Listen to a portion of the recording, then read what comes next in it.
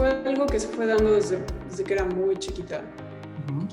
Y eso, digamos que eh, empecé a descubrir que yo tenía esta como sensibilidad o interés en las casas. Creo que se dio mucho en las casas, por ejemplo, cuando iba a visitar amigos y tenían como ciertos aspectos arquitectónicos que me llamaban la atención, me causaban interés, pero también mucho el tema de ciudades, el tema de espacio público.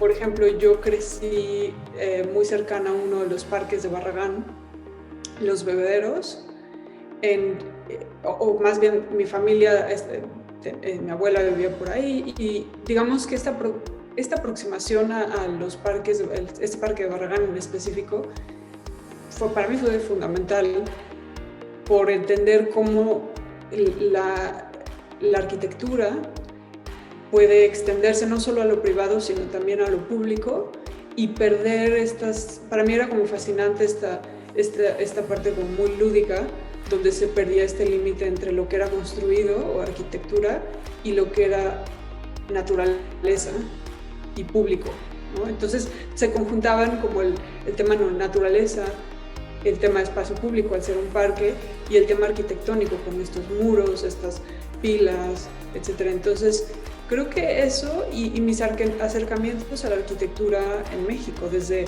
las casas de campo en México, en las que crecí de muy pequeña, hasta casas modernistas, etc. Entonces creo que México, al ser un lugar donde hay tanta experimentación en la arquitectura, por supuesto que fue una influencia para mí como joven y niña incluso.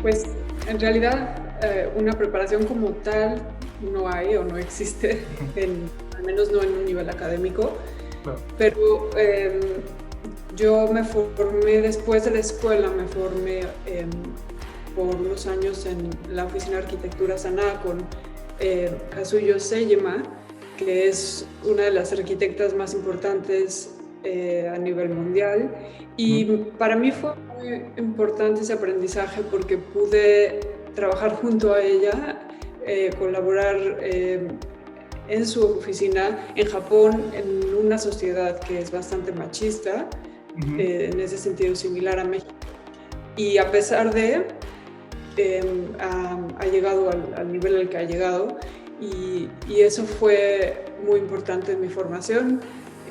Además de a pesar de que tiene un socio hombre, Koen Ishizawa, es una figura muy importante a nivel mundial en la escena de la arquitectura.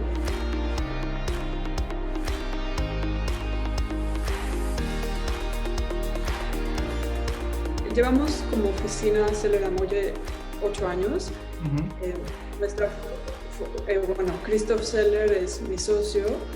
Él es de Alemania, yo Ingrid Molle, soy mexicana, y los dos trabajamos por muchos años para dos firmas de arquitectura que son Saná y Herzog y de Meuron, y después de trabajar por muchos años con ellos decidimos formar nuestro propio estudio, y esto fue hace 8 años, con bases en la Ciudad de México y en Berlín. Y durante estos años hemos trabajado en proyectos de muchas escalas y también de una diversidad de programas en donde lo más interesante para nosotros, lo más importante ha sido explorar las posibilidades de generar arquitectura que está ligada a un sitio, a pesar de que estemos trabajando de una forma bastante global multidisciplinar, pero aún así con una mirada muy aproximada al lugar en donde desarrollamos arquitectura, y donde digamos que hemos también trabajado como en estos dos mundos, como entre el mundo europeo y entre el mundo latinoamericano, y eso ha sido algo interesante.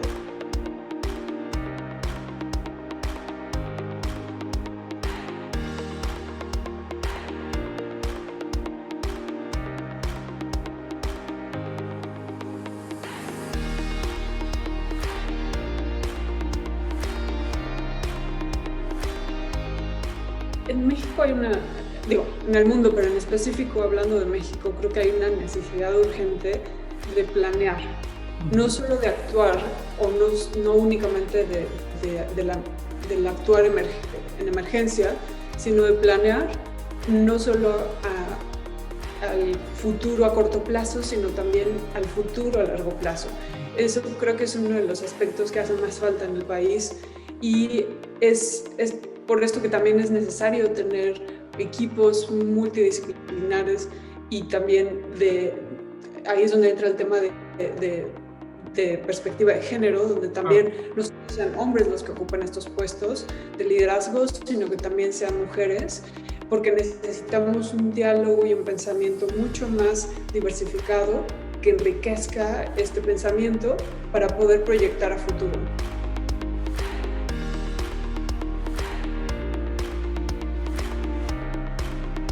Como base, creo que es fundamental que sea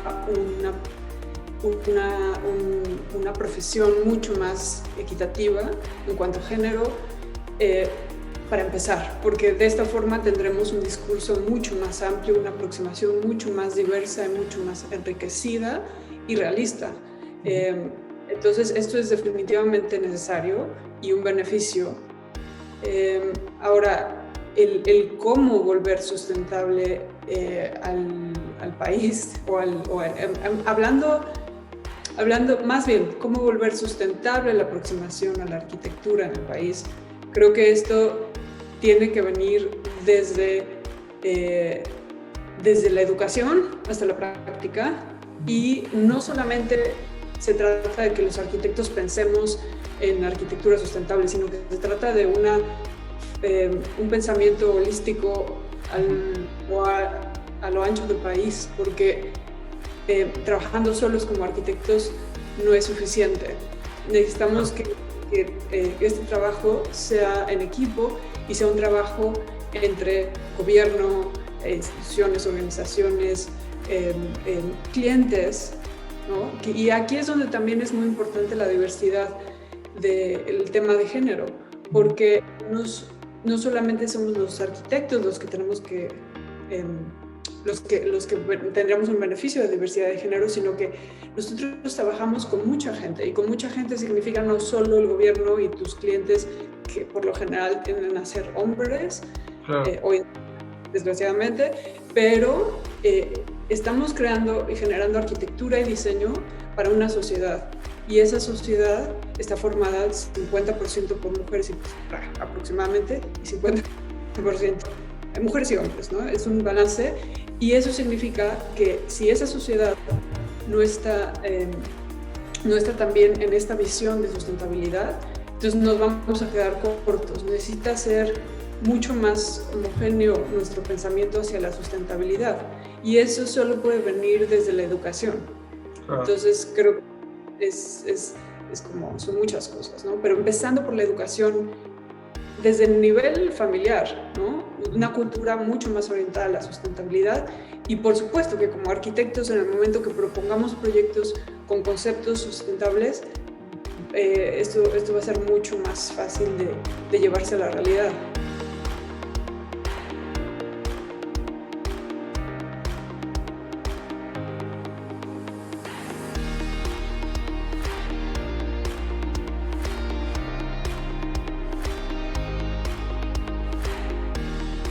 Hay mucho talento de arquitectas mujeres jóvenes, pero hay una cierta punto de edad donde ya no tenemos aplicantes mujeres. Y creo que tiene que ver con que las mujeres llegan a una edad donde deciden hacer una familia o buscar un trabajo mucho más sólido para poder solventar una familia. Y esto se debe a que digamos que el oficio de la arquitectura no está muy estructurado en cuanto a los trabajos que se pueden ofrecer. Y esto creo que tiene que cambiar. Que nuestra experiencia, las mujeres tienden a dejar de trabajar en despachos de arquitectura a una cierta edad. Y entiendo perfectamente que viene de que a veces tienen que dejar de trabajar para poder cuidar de una familia, o tienen que buscar trabajos mucho mejor remunerados para poder cuidar de una familia. Entonces creo que esto tiene que ver con con el tipo de trabajos que ofrece un despacho, el tipo de empleos que ofrece un despacho de arquitectura. Pero un despacho de arquitectura no puede dar estos empleos si no tiene tampoco los recursos para hacerlo. Entonces creo que esto es como una cadena, un sistema que tenemos que mejorar. Y eso tiene que ver desde el cómo estamos cuidando el tema de los honorarios en las oficinas de arquitectura, y de cómo están los fomentos, los apoyos de parte del gobierno también, porque es importantísimo para poder solventar momentos difíciles o para poder impulsar a las oficinas de arquitectura. Y esto tiene que ver con lo que, por ejemplo, algo que conocemos todos es el típico caso donde escuchas por ahí que un arquitecto le dijo al cliente que no te cobro el proyecto para que me des la chamba de la obra, ¿no? Entonces, ese es un caso típico donde muchos arquitectos buscan, quizás con esta urgencia de poder conseguir chamba, buscan ofrecer gratis el proyecto, pero este tipo de cosas van devaluando a lo largo plazo, van devaluando nuestra profesión, porque el valor intelectual de la obra arquitectónica no tiene por qué ser devaluado.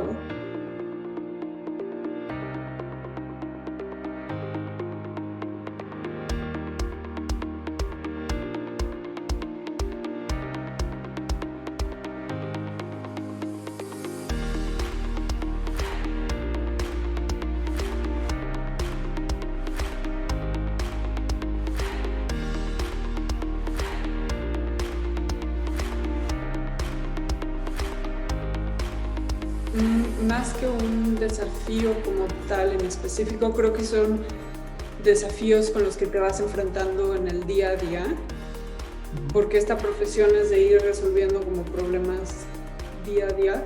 El problema de equidad de género está ahí y eso, o sea, como lo plantean ustedes, estoy de acuerdo, es una profesión que históricamente ha sido ejercida por hombres y sigue siendo liderada por hombres. Entonces es muy difícil romper esos esquemas y poder hacerlo a largo plazo, ¿no?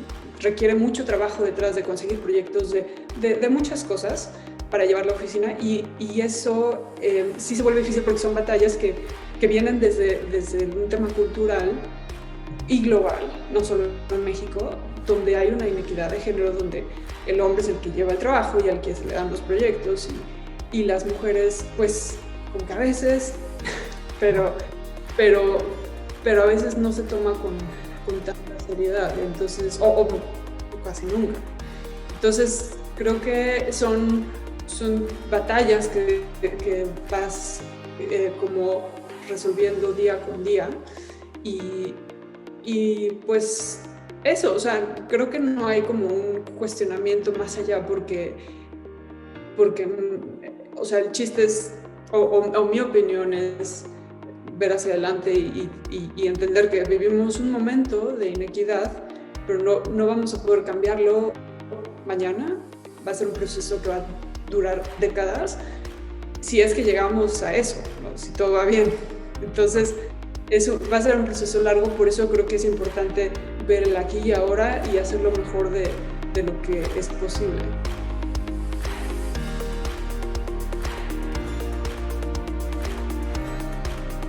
Para mí, quien ha sido la mayor influencia es Kazuyo Seyama, como lo decía, por lo que ha hecho, significa mucho por lo que ha logrado en un contexto como Japón, pero también por un replanteamiento de una aproximación al diseño y a la arquitectura, muy en el contexto de Japón, pero también bastante innovador y específico. Y la verdad es que, o sea, en mi formación día a día no observo tanto a la escena contemporánea. Observo y me influye mucho más como pensamientos como mucho más digeridos, digamos, o mucho más teóricos, como arquitectos y arquitectas, más bien arquitectas de otras épocas, y entre ellas estarían definitivamente Lina Bo Bardi, que es para mí muy importante por el conectar estos dos mundos, entre el mundo europeo modernista y una arquitectura o una observación a Latinoamérica. Entonces creo que su sensibilidad con la cultura brasileña y su traducción a la arquitectura es importantísima. Jane Jacobs, por su cuestionamiento en un contexto americano como el nuestro a cómo se han construido las ciudades, una crítica a la falta de espacio público y un llamado al regreso a la vida de barrio, a la vida del transeúnte. Y Dennis Scott Brown, también por su mirada crítica a la ciudad americana, que hablando de Estados Unidos, pero en México tenemos esta influencia directamente. Entonces creo que es muy importante también aprender de esto, porque en las ciudades no solo las hemos construido desde un pensamiento puramente mexicano, sino con influencias europeas y norteamericanas, estadounidenses.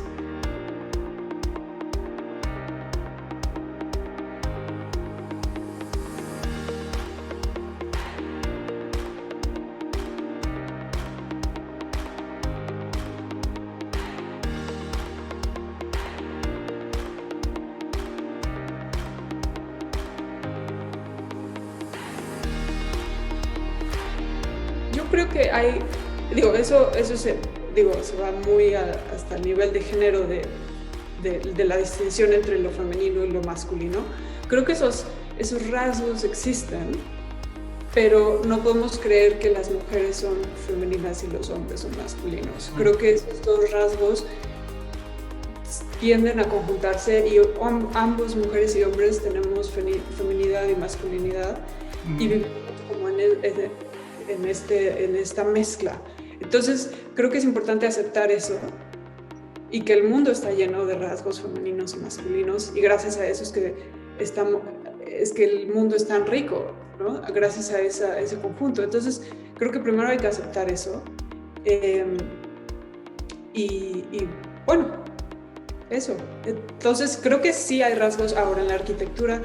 Por supuesto que sí los hay, pero no quiere decir que porque una arquitectura tenga un cierto rasgo que alguien pueda decir me parece femenino, tenga que haber sido hecho por una mujer, ¿no? Hay una cierta tendencia a creer que cierta sensibilidad a lo estético, a lo plástico, tiende a ser más femenino. Entonces, y lo masculino es como mucho más burdo, mucho más funcional. Entonces creo que esas son como preconcepciones que sí tienen algún fundamento, pero lo importante es entender que no es necesariamente un género y que también una obra de arquitectura puede tener muchos rasgos femeninos o masculinos.